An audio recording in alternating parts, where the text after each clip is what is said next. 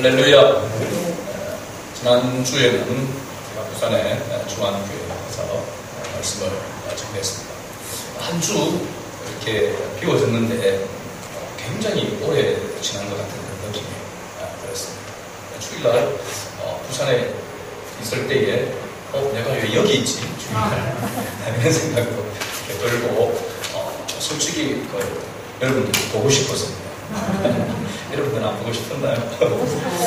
그래서 정말 매주 이렇게 우리가 습관처럼 이렇게 보이고 또 그런 거지만 한 주 이렇게 텀이 이렇게 생기니까 이게 좀 이상하게 이렇게 느끼게 됐습니다. 그래서 여러분들의 기도와 또 은혜 가운데서 말씀을 이렇게 증거하고 또 좋은 그런 대접도 하고 그렇게 왔습니다. 지난주 또 주일날 예배를 통해서 김병찬 목사님을 통해서 큰 은혜 받으신 줄로 믿습니다.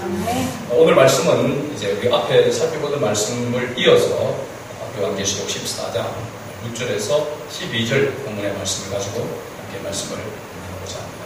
한 주 건너뛰었기 때문에 생각이 조금 멀어질 수도 있는데 기억이 슴슴할 수도 있습니다. 우리가 14장 1절에 기억나는 게 뭐가 있습니까?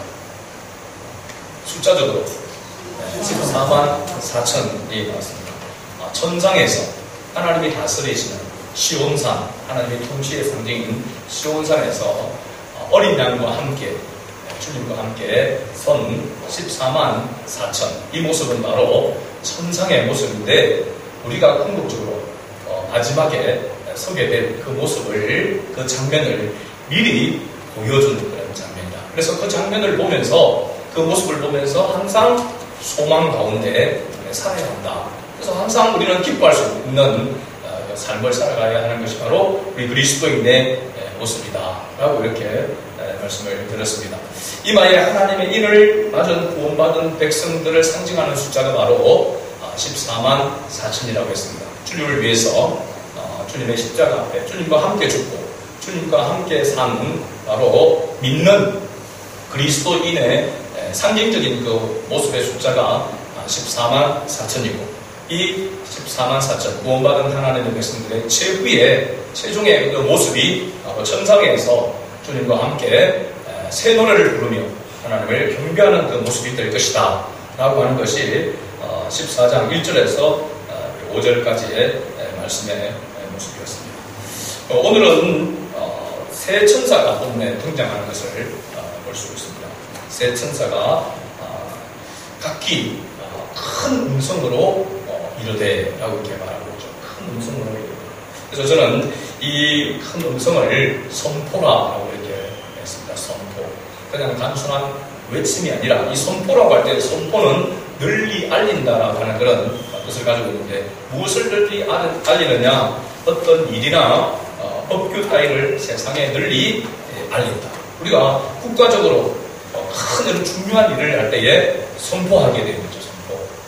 그래서 단순히 그냥 널리 알리는 또 큰 소리를 외치는 것이 아니라 아주 중요한 내용을 메시지를 바로 널리 모든 사람들에게 알리는 것이 바로 선포다.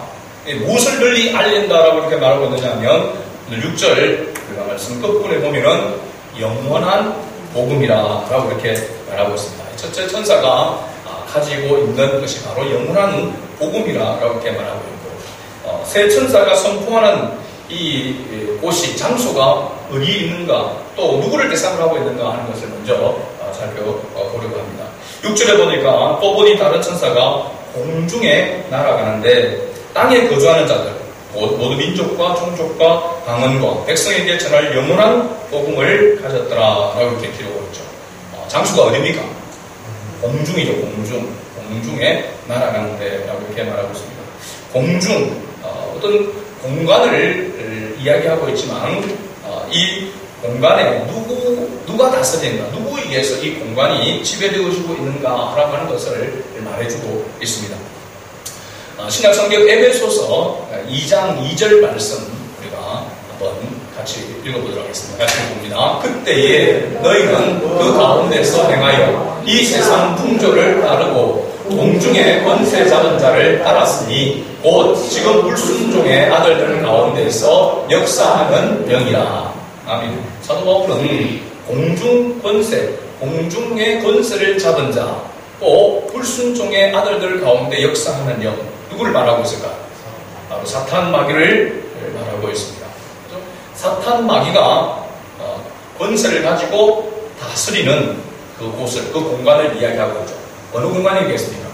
바로 우리가 살고 있는 이 세상을 말하고 있는 것이죠. 이 세상이 바로 공중 권세 잡은 자, 사탄 마귀에 의해서 지금 다스려지는 것처럼 이렇게 보여집니다. 그런데 우리가 요한계시록을 통해서 분명하게 우리가 볼 때에 사탄 마귀가 영원토록 다스리는 것이 아니라 한정된 기간 안에서만 다스릴 수 있는 그 권세를 받았다라고 하는 것을 알 수 있죠. 그 때를 한때, 두때, 그리고 반때 해서 3년 6개월이죠. 3년 6개월도 상징적인 기간이라고 했습니다. 여기 보면은 종말 시대라고 이렇게 이야기할 수 있겠죠. 그 기간 동안에 그러면 주님께서 다시 심판의 주님으로 재림하실 때에 주님께서 다시 오실 그때까지 그 기간 동안에만 이 땅에서 마귀가 마치 자기가 왕인 것처럼 그렇게 통치하는 권한을 가지고 있다라고 이렇게 말하고 있습니다. 그러나 우리가 알겠지만 이 동안에 온전히 그러면 사탄 마귀만이 통치하느냐? 그렇지 않은 것이죠.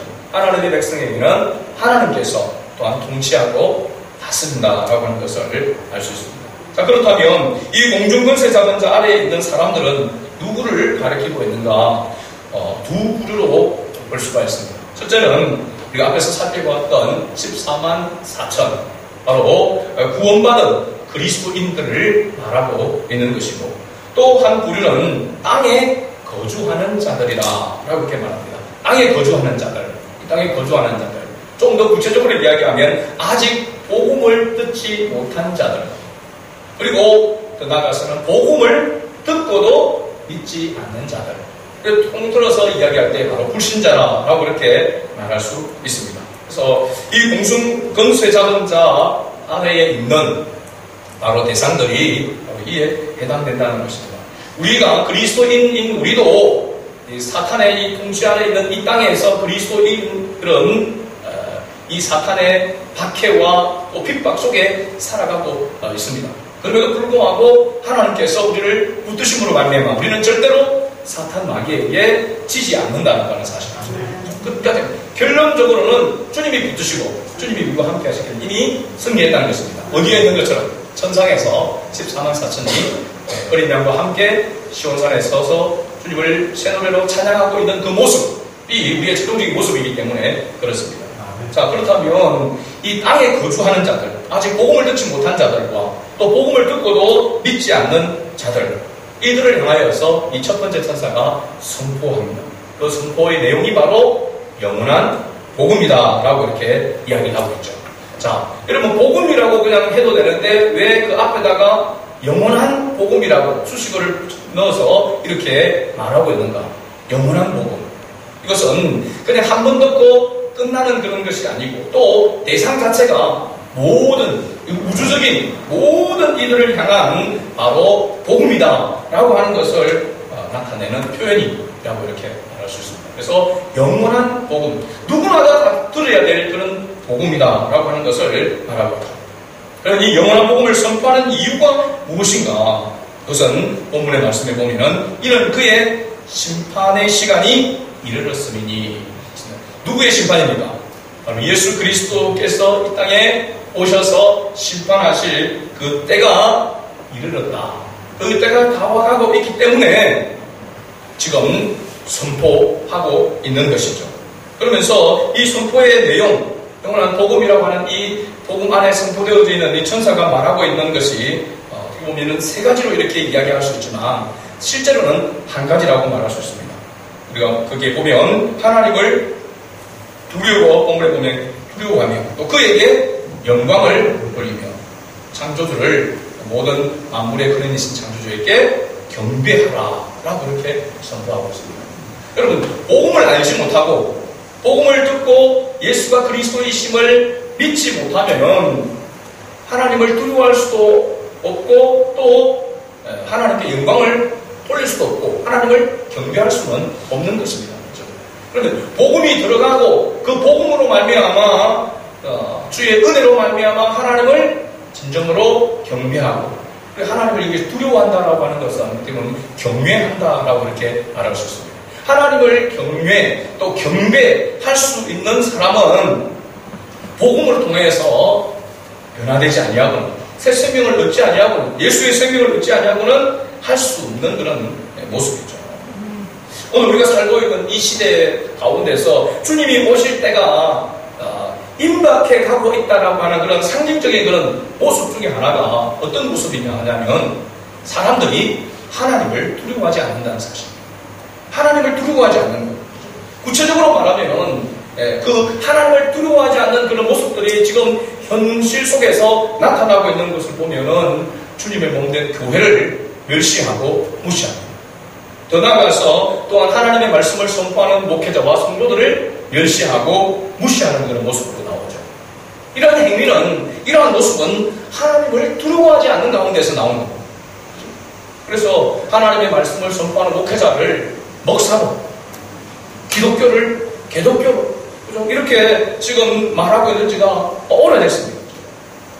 그러므로 실제적인 모습 속에서 옛날에는 특별한 경우에만 특별한 사람들이 이와 같은 말들을 했는데 지금은 아주 노골적이고 조직적이고 또 어떤 부분에 있어서는 공적으로 법적으로 이것을 제정해서 교회와 또 목회자와 성도들을 핍박하려고 하는 그러한 가운데 있다는 거예요. 하나님의 창조 질서와 진리를 무너뜨리고 공적으로 법적으로 그렇게 조직적으로 지금 역사하고 있는 것이죠. 동성애 결혼, 동성결혼 이런 허용을 하겠다라고 하고 또 차별금지법 그죠? 다른 종교에 대해서 비난하거나 복음을 전하는 그런 부분에 대해서도 지금 금지하겠다라고 하는 그런 모습들이 있잖아요. 그죠? 이러한 것들은 하나님을 두려워하지 않는 것에서 비롯되었다라고 하는 것을 알 수 있습니다. 하나님을 두려워한다면 감히 그렇게 할 수가 없는 것이죠. 하나님을 두려워하지 않는 사람들은 또 복음을 듣지 않습니다. 그리고 듣고도 오히려 믿지 않을 뿐만 아니라 대적합니다. 그러니까 인간의 최고의 목적이 웨스트민스터 우리 신앙 고백 가운데 하나님을 기쁘시게 하고 영화롭게 하는 그 인간의 가장 중요한 그 목적을 대로 살아가는 것이 마땅한데 그렇지 못하다라고 하는 것입니다. 복음을 받아들이지 아니하고 하나님을 두려워하지 않는 가운데에서 나오는 것이죠. 오히려 그래서 하나님의 영광을 가로채게 되어지고 하나님을 경배하지 아니하고 하나님을 오히려 대적하는 그런 모습으로 나타나고 있는 것이죠. 그럼에도 불구하고 천사가 영원한 복음을 선포하는 것은 아직 복음을 듣고 구원받아야 될 하나님의 택한 백성이 이 땅에 있다라고 하는 사실입니다. 그래서 주님께서는 이 일을 위해서 교회를 세운 것이고 주님의 몸된 교회에 속한 주의 권속들은 우리 모두가 다 바로 이 일을 위해서 하나님 앞에 먼저 부르심을 받았다고 하는 사실입니다. 아주 적은 숫자, 소수의 숫자라고 하지만 아직까지 주님이 오시기까지의 이 기간 동안에는 하나님께서 이런 양을 찾을 수 있는 그런 기회가 있다는 것입니다. 그래서 우리가 예수 그리스도를 믿고 난 다음에 누구나 할 것 없이 하나님께서 우리에게 주신 사명이 바로 뭐냐면 하나님 나라를 확장하는 것이고 그 확장하는 것이 바로 영혼을 구원하는 것입니다. 생명을 살리는 것, 복음을 선포하고 전하는 것, 이 사명을 하나님께서 교회에 그리고 교회에 속한 모든 주의 권속들에게 하나님께서 주신 것입니다. 우리는 구원받은 하나님의 백성으로서의 그 복을 받았을 뿐만 아니라 또 주님의 나라를 위해서 쓰임을 받을 수 있는 사명자로 쓰임받을 수 있는 그런 책임과 의무도 하나님께서 우리에게 주셨다라고 하는 사실이죠.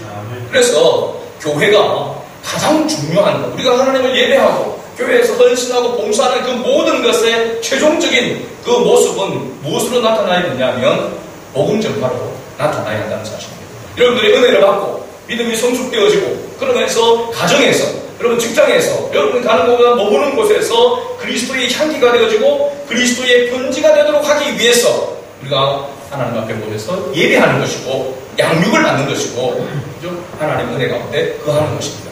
지난 주간에 제가 중앙교회에서 예배를 드리며 말씀을 선포하는 가운데 굉장히 도전을 받은 그런 부분이 있습니다. 그건 뭐냐면 지금 이 코로나 시국에 교회에 매주 공무원들이 와서 제대로 방역수칙을 지키는데 이렇게 살피고 있는 이런 와중이잖아요.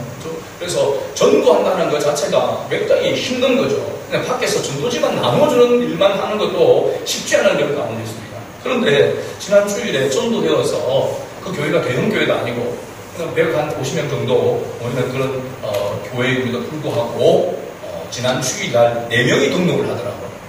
세가지고 4명 등록했어요. 그래서 참 이렇게 귀하다 그런 생각이 일어났는데 지난 주일만 4명이 온 것이 아니고 매주일날 세가지고 온다.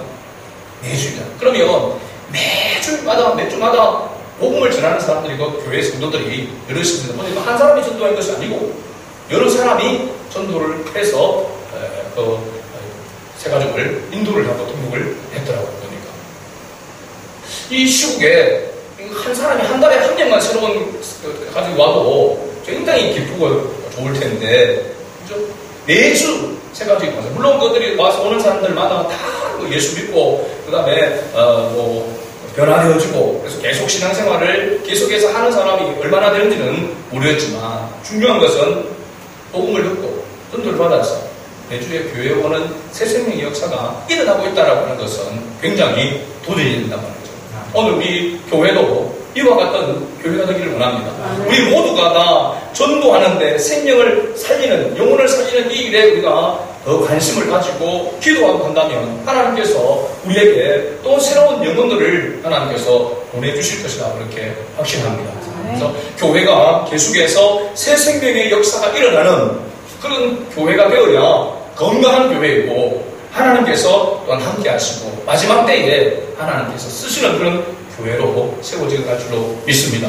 이 일에 우리 모두가 다 어린아이부터 어른들까지 우리 스마일 가족들이 복음 전파의 증거의 주인공이 되는 그런 은혜가 있기를 주의 이름으로 축복합니다. 아멘. 두 번째로 8절에 보니까 두 번째 천사가 선포를 합니다.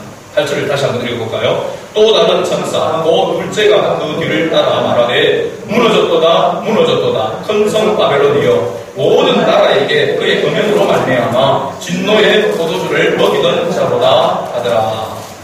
여기 큰 성 바벨론은 어느 제국이라고 했죠?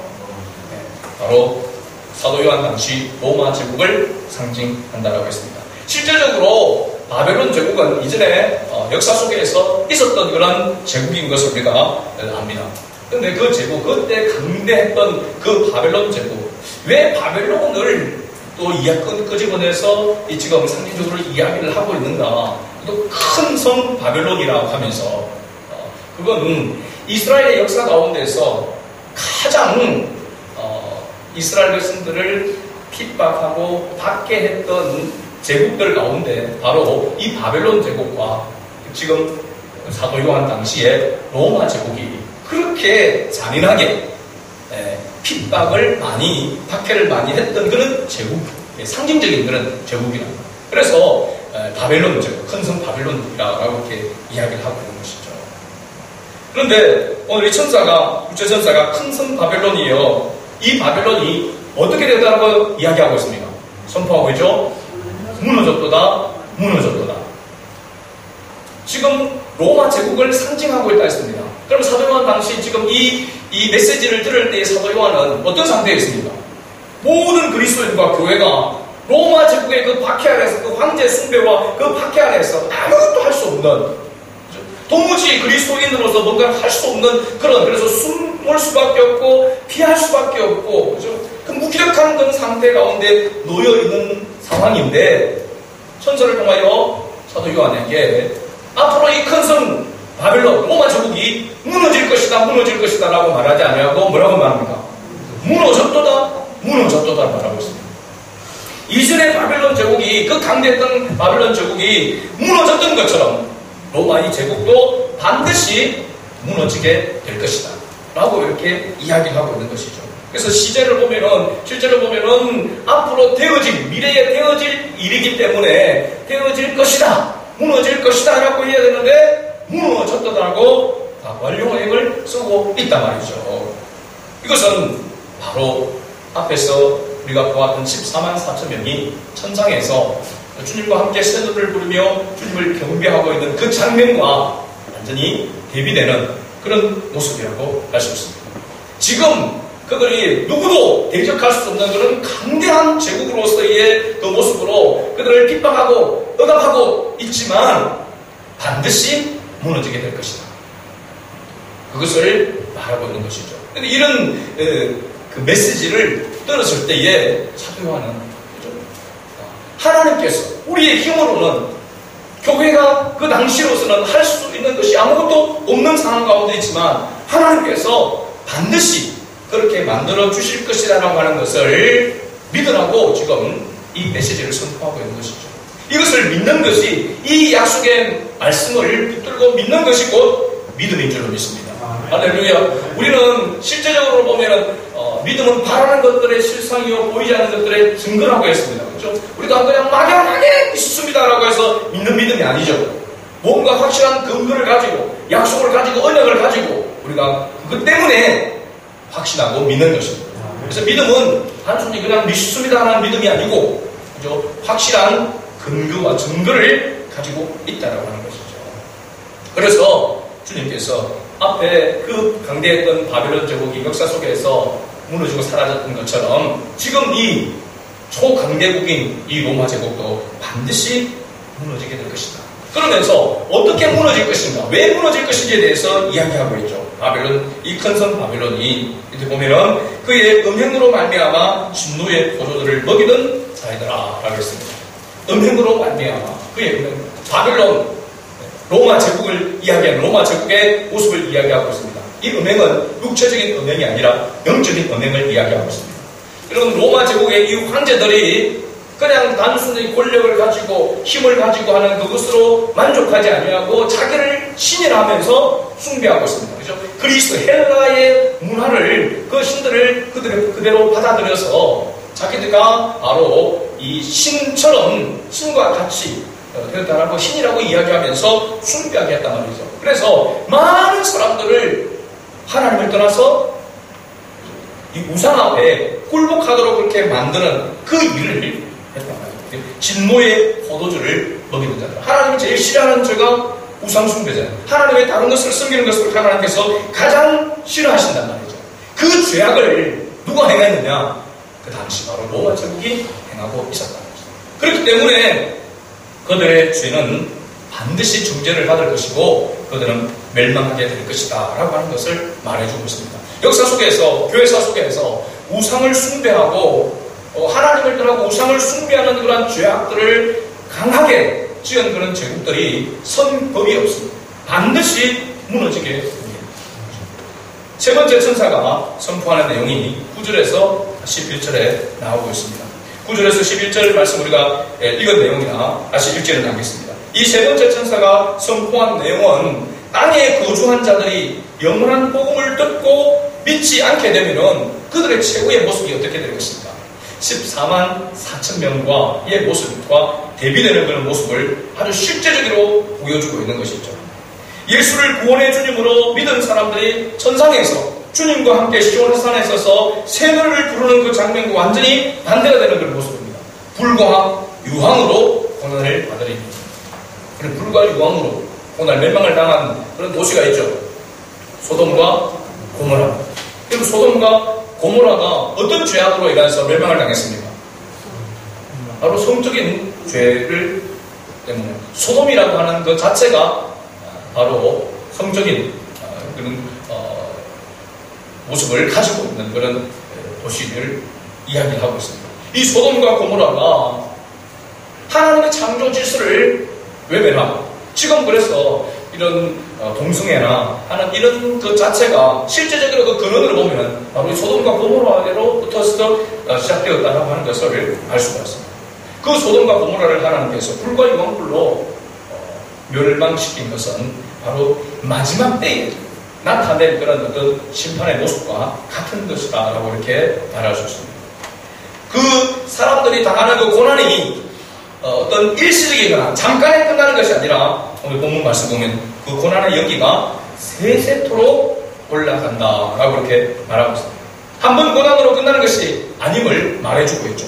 영원토록 당할 고난을 이야기하고 있습니다. 우리는 영원히 하나님의 나라에서 하나님을 찬양하며 하나님을 경배하는 천상에서 하나님 나라에서의 그런 삶을 살아가지만 하나님을 알지 못한 하나님의 복음을 영원한 이 복음을 받아들이지 않는 사람들은 영원토록 고통을 당할 것이다 라고 하는 것을 말해주고 있습니다. 그래서 이 사도 요한을 통해서 새 천사가 이러한 큰 음성으로 선포하고 있는 가장 중요한 이유는 바로 뭐냐 하면 그 당시 고난을 당하고 있는 그리스도인 교회와 그들을 박해하는 로마 제국을 대비해서 보여주고 있는 것이죠. 한마디로 얘기하면 안 믿는 자들과 복음을 믿지 않는 자들과 믿는 자들과의 그 차이를 확실하게 분명하게 보여주고 있는 것입니다. 세상 사람들은 이러한 결말을 보지 못하고 살아갑니다.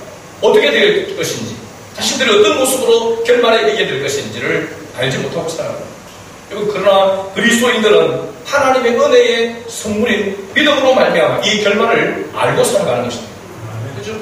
우리는 지금 죽어도 하나님 나라에 넉넉히 들어가게 될 것이다라고 하는 것을 확신하고 있지 않습니까? 그것이 실제적으로 보면 우리가 선택해서 그런 것이 아니라 하나님께서 은혜의 선물을 믿음으로 우리에게 주셨기 때문에 믿어지게 되는 것입니다. 또 믿게 되는 것이죠.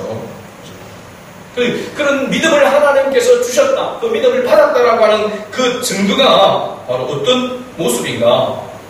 그 결과적인 그런 모습을 볼 때 12절 오늘 본문 말씀을 보면 성도들의 인내가 여기 있나니 그들은 하나님의 계명과 예수에 대한 믿음을 지키는 자니라. 하나님의 계명과 예수에 대한 믿음을 지키는 자들이라. 어떻게 그런 믿음으로 그렇게 하나님의 말씀을 붙들고 다른 것에 그렇게 불이익을 당하도 그렇게 하나님을 떠나지 아니하고 주님을 붙들고 살아갈 수 있는가? 어떻게 그렇게 살아갈 수 있는가? 결과를 알기 때문에 이런 삶을 살아갈 수 있다는 것입니다. 여러분 굉장히 역설적이지 않습니까? 결과를 모르면은 어떻게 될지 모르니까 눈앞에 보이는 것을 쫓다가 그냥 끝나버릴 텐데 결과를 알고 있으니까 끝까지 주님의 말씀을 붙든다는 것입니다. 우리가 하나님의 말씀을 지킨다라고 하는 것이 그래서 우리의 의지로 지켜지는 것이 아니라 하나님의 은혜로 지켜지는 것이라고 하는 것을 알 수 있습니다. 믿음이 없이는 하나님을 기쁘시게 할 수가 없다고 했습니다. 하나님의 계명을 지키는 것 자체가, 하나님의 말씀에 순종하는 것 자체가 하나님께서 나에게 은혜를 부어주시고 주님의 생명, 주님의 능력과 권세가 나와 함께하고 있다라고 하는 것에 대한 증거인 것입니다. 그리고 우리가 믿음을 아주 우습게 생각하면 안 됩니다. 가볍게 생각하면 안 됩니다. 내가 믿음을 가졌다. 하나님 나에게 믿음을 주셨다. 내가 믿음을 소유하고 있다라고 하는 것 자체가 얼마나 큰 가치며 큰 복인지를 우리가 알아야 하는 것입니다. 이 가치를 아는 자는 하나님을 떠나지 않는다는 것입니다. 어떤 핍박이 와도 어떤 박해가 와도 그것에 굴복하지 아니하고 주님을 바라본다는 것입니다. 왜냐하면 주님의 그 십자가가 우리의 죄의 문제를 해결해 주신 것뿐만 아니라 우리의 삶의 우리의 모든 인생의 문제도 해결해 주셨다라고 하는 그죠? 그에 대한 확신, 그 믿음이 있는 자는 때로는 넘어지기도 하고 쓰러지기도 하고 연약하게 엎어지기도 하지만 결국은 실전파기로 다시 일어서게 된다는 것입니다. 일어설 수밖에 없는 존재라고 하는 것을 말해주고 있습니다. 그래서 신약성경 히브리서 12장 2절 말씀에 이렇게 말하고 있습니다. 같이 읽어봅니다. 믿음의 주요 또 온전하게 하시는 이 예수를 바라보자. 그는 그 앞에 있는 기쁨을 위하여 십자가를 참으사 부끄러움을 개의치 아니하시더니 하나님 보좌 우편에 앉으셨느니라. 아멘. 온전하게 하시는 이 예수를 바라보자.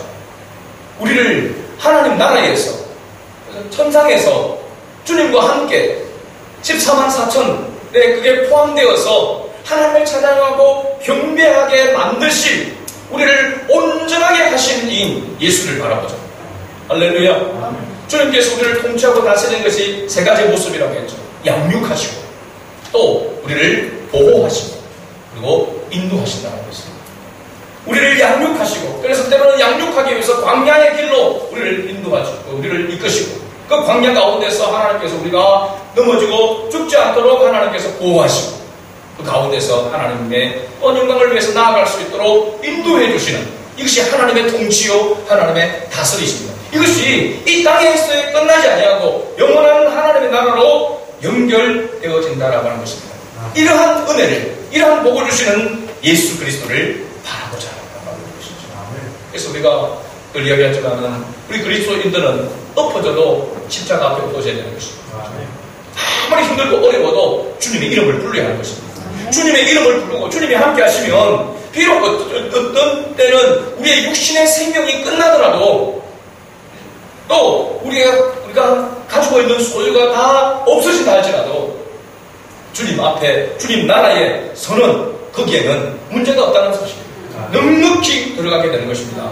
여러분, 우리가 공로로 가는 것이 아니기 때문에 하나님께서 또한 우리를 붙들으시고 우리와 함께 하시기 때문에 우리가 주님의 나라에 넉넉히 들어가는 것입니다. 그래서 개인적으로, 가정적으로 여러 가지 모양으로 힘들고 어렵다고 해서 예수 믿지 않는 사람처럼 완전히 절망하거나 낙담할 필요가 없는 것입니다. 그들은 결말을 알지 못하기 때문에 낙담하게 되는 것이죠.